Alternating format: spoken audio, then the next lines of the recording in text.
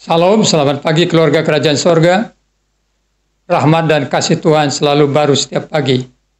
Itulah bunyi firman Tuhan dalam kitab Ratapan.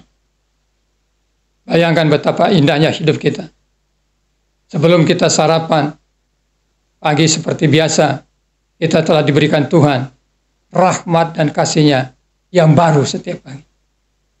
Oh, itu sesuatu yang sangat indah. Dan firman Tuhan hari ini akan berbicara tentang roti dari sorga. Dan kebenaran ini disampaikan dalam Keluaran pasal 16. Di dalam pasal 16, ayat 1 berbunyi demikian. Setelah mereka berangkat dari Elim, tibalah segenap jemaah Israel di padang gurun Sin, yang terletak di antara Elim dan Gunung Sinai, pada hari yang ke-15 bulan yang kedua, sejak mereka keluar dari tanah Mesir. Jadi sesudah menjalani perjalanan lebih kurang 45 hari, dan dikatakan di sini pada hari yang ke-15 bulan yang kedua, sejak mereka keluar dari tanah Mesir, maka mereka tiba di padang gurun Sin. Mereka baru saja meninggalkan sebuah tempat yang luar biasa manisnya, luar biasa indahnya, yaitu Elim.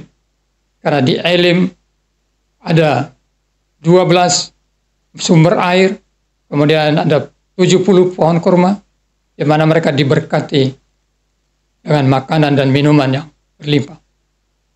Tetapi perjalanan harus dilanjutkan, dan mereka tiba di padang gurun Sin. Dan firman Tuhan berkata di dalam ayat 2-3, di padang gurun itu bersungut-sungutlah segenap jemaah Israel kepada Musa dan Harun, dan berkata kepada mereka, kalau kami mati tadinya di tanah Mesir oleh tangan Tuhan, ketika kami duduk menghadapi kuali berisi daging dan makan roti sampai kenyang, sebab kamu membawa kami keluar dari padang gurun ini untuk membunuh seluruh jemaah ini dengan kelaparan. Saudara-saudara, ketika mereka tiba di Mara, mereka bersungut-sungut kepada Musa dan berkata, lebih baik kami tetap jadi budak, karena kami di Mesir bisa makan dan minum dengan baik. Tapi sekarang di padang gurun Sin, masalahnya sekarang adalah mereka berkata, kalau kami mati tadinya di tanah Mesir oleh tangan Tuhan, ketika kami duduk menghadapi kuali berisi daging dan makan roti sampai kenyang. Sekarang masalah mereka makanan. Mereka bilang, kami di sana bisa makan daging. Di sana kami makan roti sampai kenyang. Di sini kami akan mati kelaparan. Dia berkata, kamu membawa kami keluar ke padang gurun ini untuk membunuh seluruh jemaah ini dengan kelaparan. Ini kata-kata yang sangat busuk, sangat-sangat tidak pantas terucapkan. Karena mereka sebenarnya orang yang telah banyak menerima pertolongan Tuhan. Tapi itulah orang Israel. Dan kita juga. Ada kesulitan, kita langsung bersungut-sungut. Nah, apakah respon Tuhan dan respon Musa terhadap perkataan mereka ini? Di dalam ayat 4 firman Tuhan berkata begini.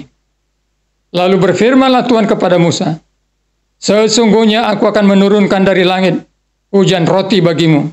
Maka bangsa itu akan keluar dan memungut tiap-tiap hari sebanyak yang perlu untuk sehari, supaya mereka kucoba apakah mereka hidup menurut hukumku atau tidak. Saudara-saudara, Tuhan tidak marah, tidak membinasakan bangsa Israel oleh sungut-sungutnya dan kedegilan hati mereka. Tapi dalam firman Tuhan ini, firman berkata bahwa Tuhan meresponinya dengan memenuhi keinginan orang Israel. Tuhan berkata, aku akan menurunkan dari langit hujan roti bagi. Dan itu adalah man. Kalau kita membaca ayat-ayat selanjutnya, maka kita membaca bagaimana setiap pagi ada embun yang tebal. Lalu ketika cahaya matahari mulai muncul menghangatkan, embun itu naik, lalu tertinggallah semacam beras-beras yang merupakan jadi tepung. Dan unik sekali, Tuhan memberikan peraturan bahwa setiap keluarga harus mengambil 2 gomer untuk 1 orang.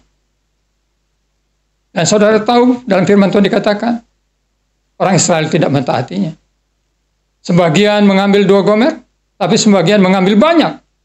Lalu apa yang terjadi ketika mereka bawa pulang? Semuanya ukurannya sesuai dengan yang kehendaki Tuhan. Tidak ada yang berlebih. Ukurannya sama. Tuhan juga berkata bahwa supaya roti itu dimakan sampai habis, tidak boleh ada sisa besok. Tapi orang Israel sebagian tidak mematuhinya. Mereka menyimpan makanan itu. Mungkin berpikir, mana tahu besok roti sudah tidak turun lagi. Dan saudara tahu apa yang terjadi? Makanan yang disimpan itu menjadi busuk. Dan berulat, tidak bisa dimakan. Luar biasa. Dari kisah ini, roti dari sorga bagi bangsa Israel ini, kita bisa belajar. Pertama, Tuhan Yesus berkata, ketika dia memecah-mecahkan roti, inilah tubuhku yang dipecah-pecahkan bagi kamu. Perbuatlah ini menjadi peringatan akan aku. Roti dari surga itu adalah Tuhan Yesus. Yesus sendiri berkata, aku adalah roti hidup. Barang siapa yang makan daripadaku, dia tidak akan binasa, melainkan beroleh hidup yang kekal. Orang Israel makan mana, tapi kita makan roti dari surga, yaitu Yesus Kristus, Tuhan kita. Tapi pelajaran yang kedua, Tuhan tidak kewalahan untuk memelihara umatnya. Tuhan mampu, tangannya cukup kuat, tangannya mampu untuk memelihara umat. Ketika bangsa Israel khawatir tidak makan, Tuhan sanggup menurunkan roti dari surga. Mari kita belajar ini.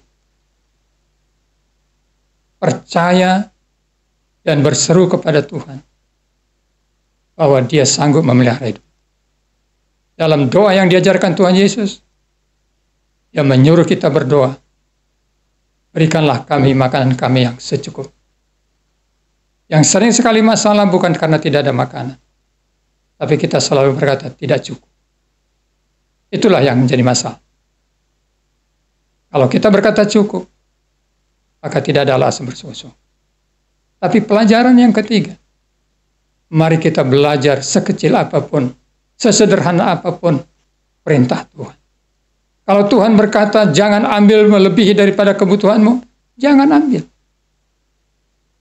Mengapa orang korupsi, saudara? Karena dia mengambil yang bukan miliknya. Dia mengambil yang bukan hak. Kalau orang yang bersyukur dengan haknya, dia tidak akan menjadi seorang yang koruptor. Dia akan menjadi orang yang menerima apa yang menjadi hak. Oleh karena itu, mari kita jalani hidup kita dengan keyakinan penuh, pengharapan yang teguh, ada Tuhan. Roti yang dari sorga itu, yaitu Yesus Kristus Tuhan, yang menjadi gembala kita. Sehingga kita bisa berkata seperti pemazmur, Tuhan adalah gembalaku, takkan kekurangan aku. Terpujilah Tuhan kita, Yesus Kristus. Amin. Selamat pagi, selamat beraktivitas. Tuhan memberkati.